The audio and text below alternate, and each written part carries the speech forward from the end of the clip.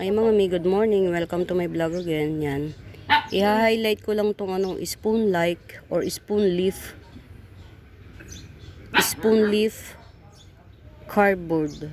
Yan. Mga mimo, spoon leaf cardboard. May spadex na siya, oh. Yan.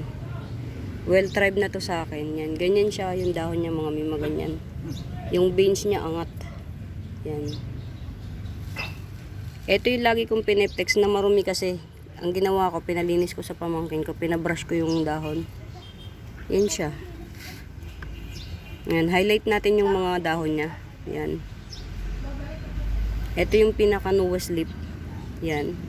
Ngayon ko na lang napansin na may spadex na siya. Ito yung mga nasa ilalim na dahon. Yan. Ayan. Yan. Mga mi, 350 lang to. Believe it or not. 350 lang. Spoon leaf cardboard.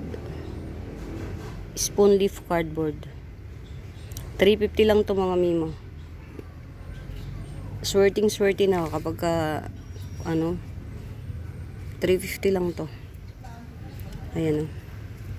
Spoon leaf cardboard. Yan. Ito yung sinasabing spoon leaf kasi maliit tapos palaki. May spadex na rin. Yan. Nakaangat yung mga veins niya yan. Nakaangat. Yan. Tapos makapal din yung dahon niya. Yan. Yan. 2, 4, 6, 8. 8 dahon. Yan. Spoon leaf cardboard. 350 lang to, mga mimo. Yan. Malaki na to, ha. Hindi to maliit. Yan. Pag mura lang kasi nabili, mura ko lang din piniplex. Sa iba mga mima, 650.